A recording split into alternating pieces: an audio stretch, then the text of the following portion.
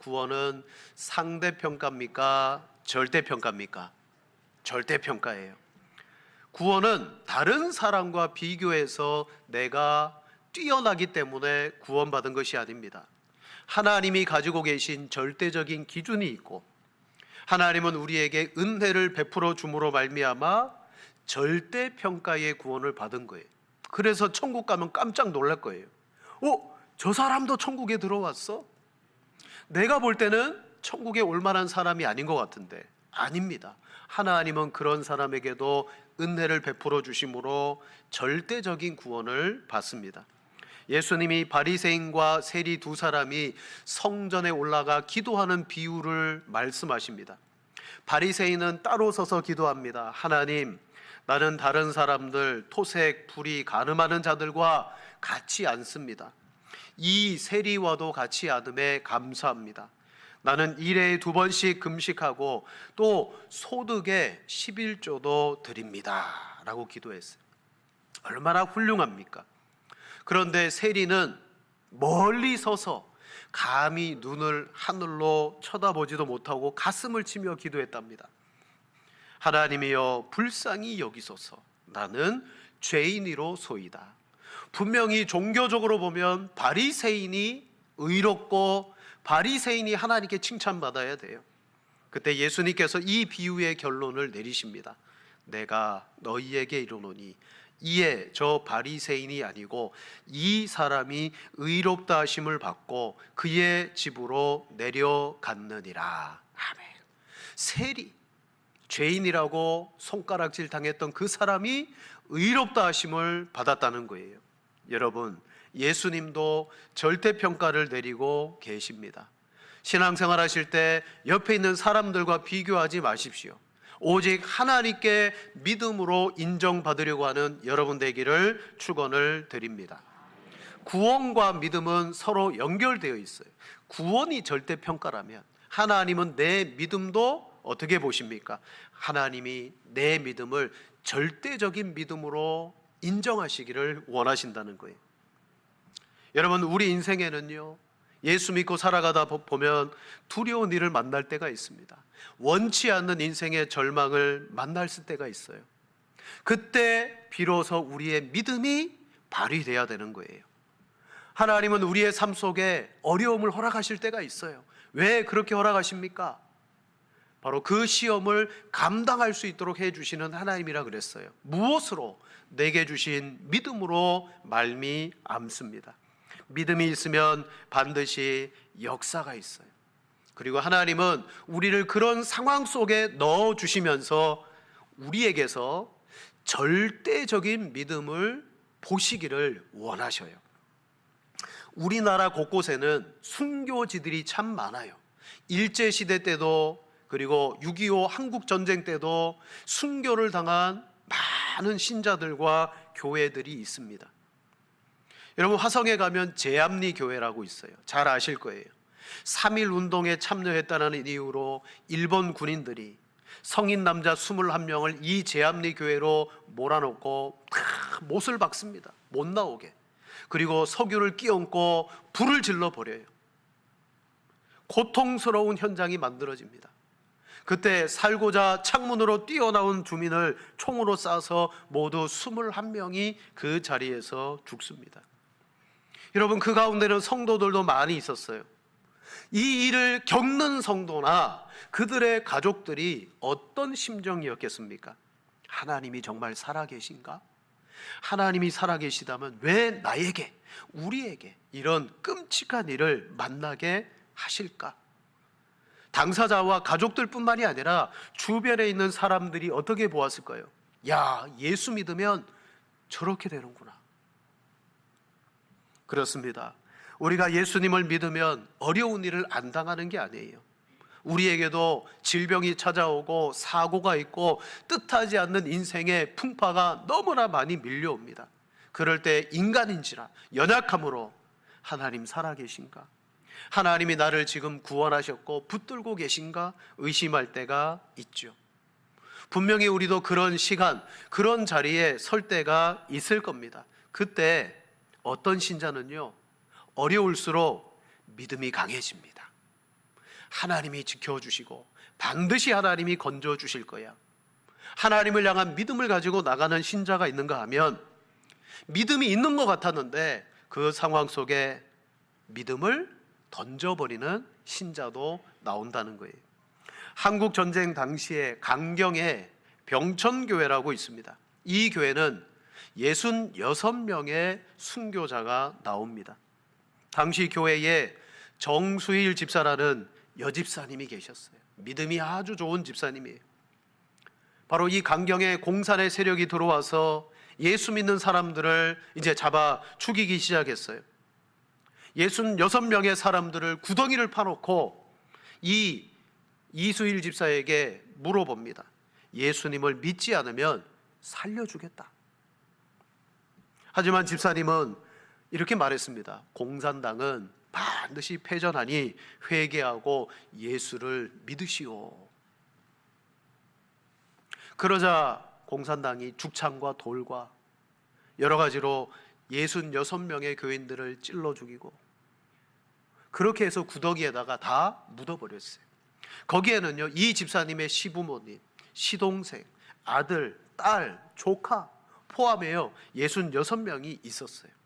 나중에 시신을 수습하는데 이 집사님의 배가 만삭이었어요.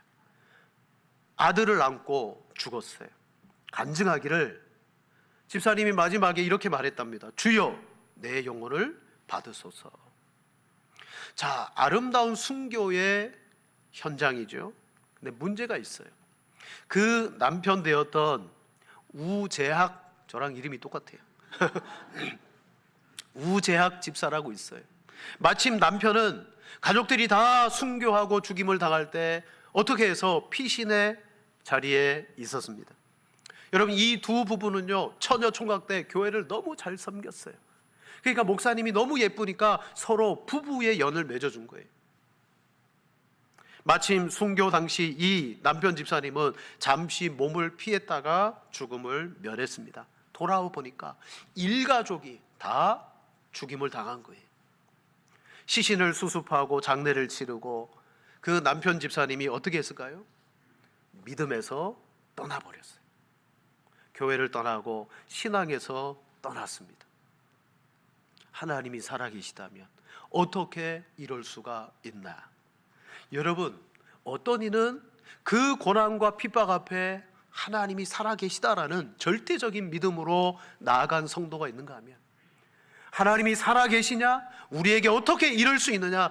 있는 믿음마저도 잃어버리고 하나님을 떠나는 사람도 있다는 거예요. 우리는 얼마나 연약한지 모릅니다.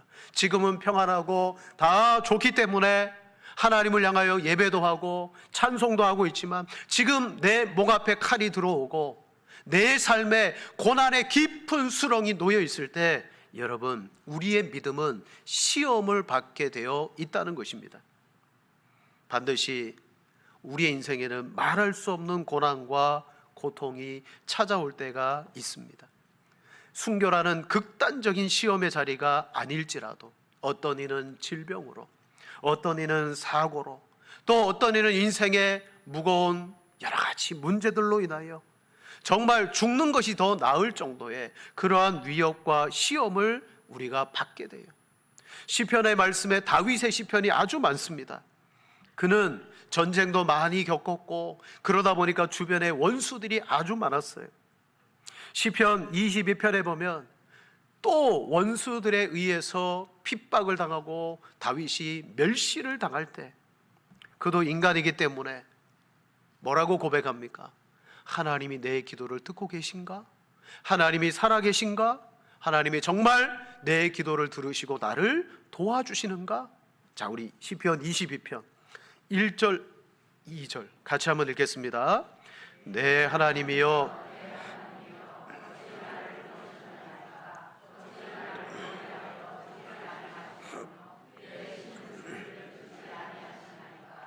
네, 하나님이여, 내가 낮에도 부르짖고 밤에도 잠잠하지 아니하오나 응답하지 아니하시나이다. 아멘. 다윗이 지금 절체절명의 순간에 놓여 있어서 그가 하나님 앞에 믿음으로 기도했는데 낮에도 부르짖고 밤에도 부르짖었대요. 하나님이 그렇게 부르짖으면 응답하셔야 되는데 어찌하여 나를 버리셨습니까? 나를 왜 돕지 아니하십니까? 내 신음소리를 듣지 아니하십니까? 하나님이 침묵하고 계셨던 거예요. 그 어떤 순간에도 하나님의 도우심과 은혜가 느껴지지 않았습니다. 다윗도 그랬다는 거예요. 사랑하는 여러분, 이것이 우리의 상황이고 우리의 현실입니다. 우리에게도 그러한 일이 반드시 일어나고 그때 하나님이 주신 믿음으로 이 모든 일을 여러분 이겨나가야 되는데, 성경은 우리에게 이렇게 말합니다. 하박국 2장 4절 하반절에 말합니다. 의인은 그의 믿음으로 말미암아 살리라. 의인은 그의 믿음으로 말미암아 살리라. 어떤 상황과 형편에 처해 있든지 오직 하나님의 사람은 믿음으로 서야 된다라는 하나님의 명령입니다. 물론 믿음으로 선다 그래서 내 뜻대로 된다는 것은 결코 아닙니다. 우리가 기도할 때 뭘 구하죠? 주로 내 뜻을 하나님 앞에 구해요. 내가 원하는 것이 이루어지기를 간절히 구합니다. 그런데 하나님은 내 믿음과 내 드린 기도와는 다르게 하나님께서 역사하실 때가 참 많아요. 그럼에도 불구하고 우리가 믿는 것은 내 뜻대로 되어지지 않는다 할지라도 하나님은 나의 하나님이시기 때문에 나를 멸망하도록 내버려 두지 아니하시고 원수들이 나를 끝까지 비웃도록 결코 나를 버려두지 않으시는 분이라는 사실입니다. 하나님은 나를 그냥 내버려 두지 않으신다. 그러나 우리의 문제는 뭐냐? 믿음도 하나님을 내 생각 안에 꽉 집어넣으려고 하는 믿음이에요. 하나님 이렇게 하셔야 되고 이렇게 되기를 원하고, 하지만 하나님께서 우리에게 주시는 믿음, 절대적인 믿음이 뭐예요? 내 뜻대로 하시지 않는다 할지라도 내가 그 하나님을 고백하며 인정하는 믿음이 절대적인 믿음인 줄로 믿습니다. 하나님께서 가장 사랑하시는 독생자 예수 그리스도께서 이 땅에 오셔서 마지막 십자가에서 끔찍한 고통과 죽임 당하시며 예수님이 버려지셨어요.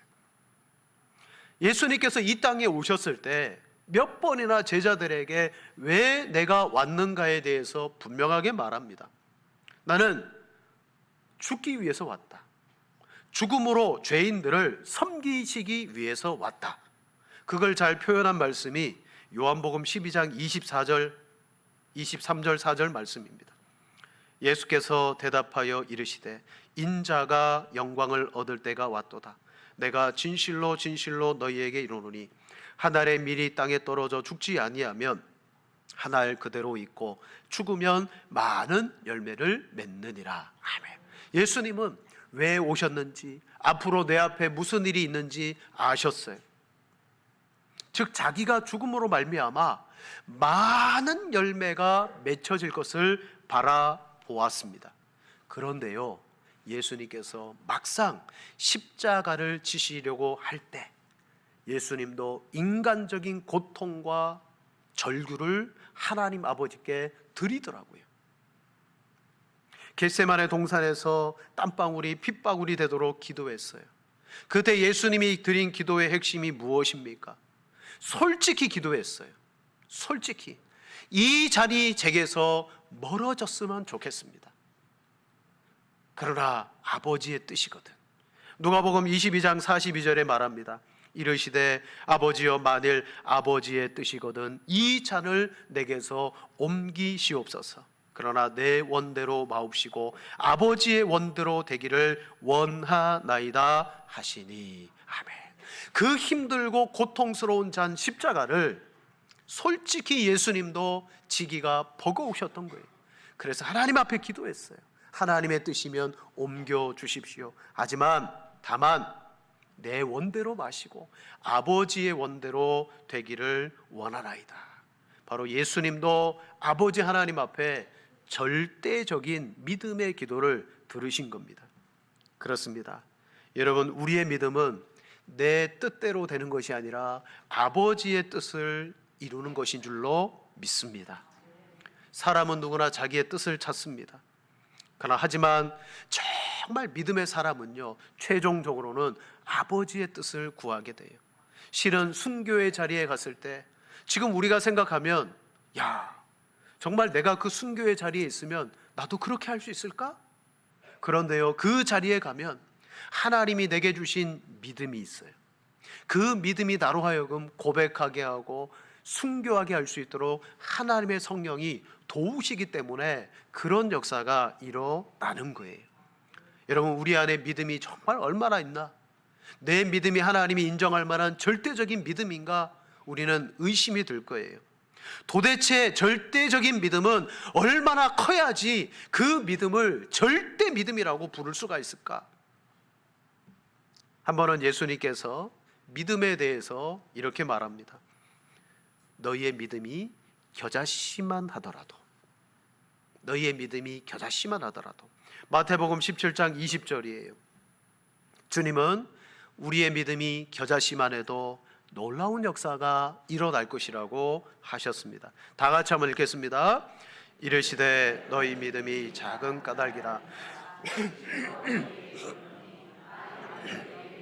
겨자씨 한 알만큼만 있어도 이 산을 명하여 여기서 저기로 옮겨지라 하면 옮겨질 것이요 또 너희가 못할 것이 없으리라. 아멘. 여러분, 믿음은 커야 되겠죠. 그러나 예수님이 말씀하시는 믿음은 겨자씨만한 믿음만 있더라도 이 산을 들어 옮겨져라 하면 옮겨질 것이라는 놀라운 역사가 일어난다라고 말씀하고 있습니다. 겨자씨는 모든 씨 중에 가장 작은 씨입니다.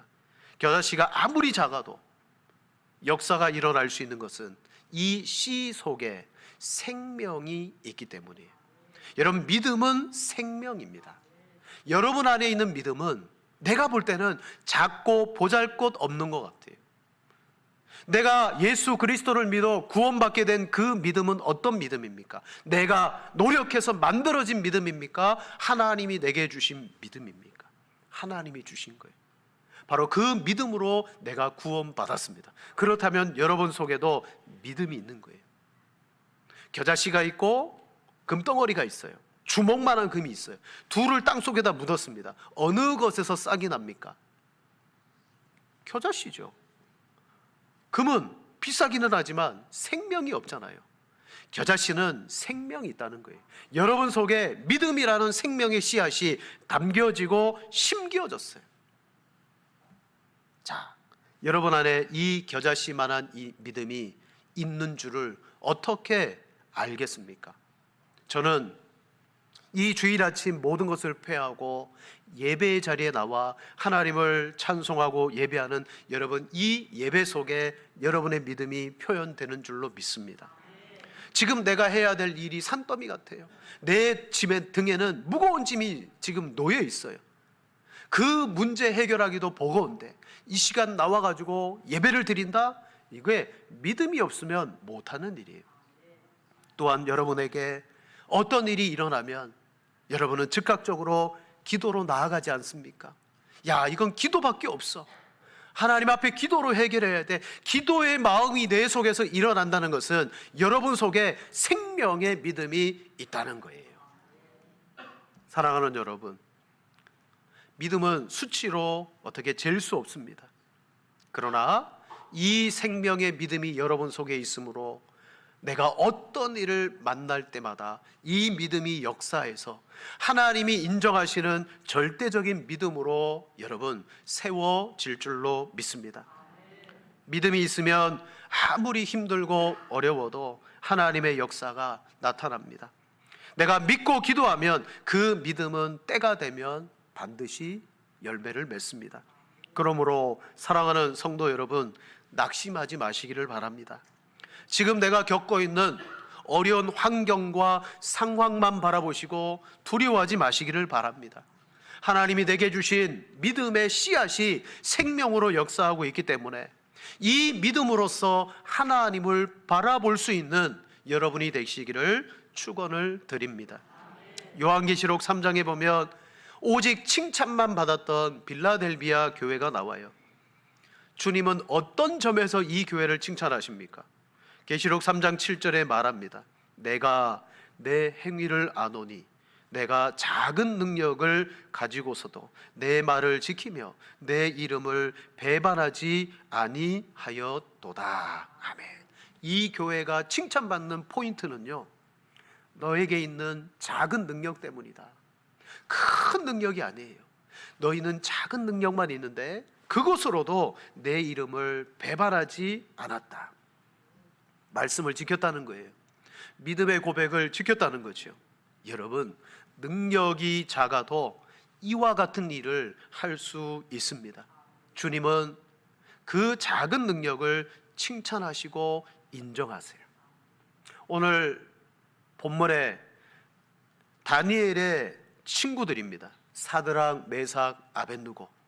이들은 바벨론의 관리로 등용되어서 지금까지 이 관리로 수고했습니다. 어느 날 느부갓네살 왕이 두라 평지에다가 높이 30m나 되는 금 신상을 세워놓고 이제 신상에 낙성식을 합니다. 명령을 내리죠. 악기 소리, 신호가 들리면 일제히 엎드려 절을 해라. 6절에 말합니다.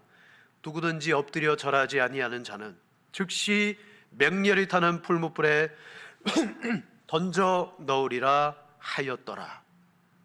사드락, 메삭, 아벳느고는 이 명령에 절하지 않았습니다. 누가 왕에게 고소했죠. 왕 앞에 나갑니다. 너 왜 절하지 않느냐?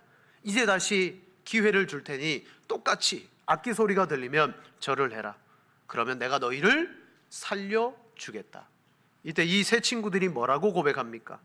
16절에 왕이여, 이 일에 대하여 우리가 왕에게 대답할 필요가 없습니다. 대답할 필요가 없습니다. 17절에 말합니다.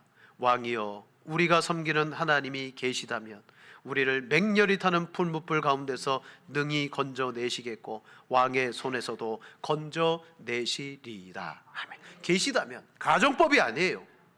이들은 믿고 있습니다. 내가 섬기는 하나님이 계신데 하나님은 능히 이 맹렬히 타는 풀무불에서 우리를 건져내시고 왕의 손에서도 건져내실 수 있는 하나님입니다. 그리고 18절에 말합니다. 그렇게 하지 아니하실지라도. 이 풀무불에서 건짐을 받는 것은 나의 강렬한 소망이고 내 뜻이었다면, 하나님이 내 뜻대로 그렇게 하지 않으신다 할지라도 우리는 절하지 않겠습니다. 왜냐? 하나님은 그래도 나의 하나님이 되시기 때문입니다. 세 친구들은 두 차원의 하나님을 고백해요. 첫 번째 차원의 하나님은 어떤 분입니까? 이 맹렬히 타는 풀무불에서 우리를 능히 건져내시는 하나님. 여러분, 우리가 하나님 앞에 기도할 때 하나님의 전능하심과 이 능력 앞에 기도하는 거예요. 우리를 반드시 건져내실 수 있으시다. 그런데 우리의 기도는 거기에서 끝나서는 안 돼요. 두 번째 차원의 하나님입니다. 내 뜻대로 그렇게 하지 않으신다 할지라도 하나님은 나의 하나님이십니다. 나를 살려주셔도 하나님이시고, 내가 이 자리에서 순교하고 죽는다 할지라도 하나님은 나의 하나님이십니다. 여러분, 이것이 어떤 믿음이죠? 너무도 인간적인 믿음이 아니라 절대적인 믿음, 계산적인 믿음이 아니에요. 하나님이 나를 살려주면 믿겠습니다. 그러나 나에게 이런 정말 뜻하지 않는 상황과 절망에 빠뜨리시면 하나님을 부인하겠습니다. 그런 믿음이 아니에요. 유명한 설교가 스펄전 목사님이 이런 말을 했습니다. 인간이 하나님 앞에서 할 일은 계산적인 믿음을 가지는 것이 아니라 절대적인 믿음을 가지는 것이다. 아멘. 여러분, 우리는 계산합니다. 하나님 이렇게 해주었으면 좋겠다. 이런 일이 이루어졌으면 좋겠다. 여러분, 그것 이전에 우리는 절대적인 믿음을 가져야 돼요. 하나님이 어떻게 하시든 이미 나를 구원하셨고 이미 나에게 전능하신 하나님이 되신데 그 하나님을 내가 굳게 붙들고 나아갈 수 있어야 될 줄로 믿습니다. 사랑하는 여러분, 지금 우리에게는 상황이 있습니다. 여건과 문제가 있어요. 그것이 우리로 하여금 계속해서 힘들게 만들고 고통스럽게 만들어요. 근데 이 어려움 속에 하나님이 원하시는 것은 뭐죠? 바로 믿음을 지키는 거예요. 믿음을. 자, 우리 히브리서 10장 38절 39절 같이 한번 읽습니다. 나의 의인은 믿음으로 말미암아 살리라. 또한 뒤로 물러가면 내 마음이 그를 기뻐하지 아니하리라 하셨느니라. 우리는 뒤로 물러가 멸망할 자가 아니요 오직 영혼을 구원함에 이르는 믿음을 가진 자니라. 아멘. 하나님이 우리에게 원하시는 것은 우리가 뒤로 물러가는 것이 결코 아닌 줄로 믿습니다. 하나님이 인정하시는 믿음 언제 만들어지죠? 지금 내 힘들고 어려운 상황 속에 하나님을 바라볼 때 그 하나님이 어떻게 나를 인도하셔도 내 뜻이 아닌 하나님의 뜻을 찾아 구할 때 여러분 절대적인 믿음의 소유자가 될 줄로 믿습니다. 반드시 믿음은 시련과 시험 가운데 확인되어진다는 것을 꼭 기억하시기를 바랍니다. 독자 이삭을 바치라 했을 때 아브라함의 믿음이 이제야 내가 나를 사랑하는 줄 알았노라 하나님 앞에 인정받은 것처럼 오늘도 하나님이 우리의 믿음을 보시기를 원합니다. 그래서 때로는 고난과 어려움을 우리에게 주심으로 우리를 시험할 때가 있어요. 이 시험은 어떤 역할을 합니까? 로마서 8장 28절에 우리가 알거니와 하나님을 사랑하는 자 곧 그의 뜻대로 부르심을 입은 자들에게는 모든 것이 합력하여 선을 이루느니라. 아멘. 지금 내가 겪고 있는 고난과 시험조차도 하나님의 선이 이루어진다라고 말씀합니다. 여러분, 하나님의 이 말씀을 믿으시고 여러분에게 있는 어려움과 고난, 뒤로 물러가는 자가 아니라 하나님을 의심하는 자가 아니라 하나님의 뜻이 이루어지이다. 오늘 이 세 친구들의 고백처럼 온전히 주님께 절대적인 믿음을 올려드리는 성도 되시기를 축원을 드립니다.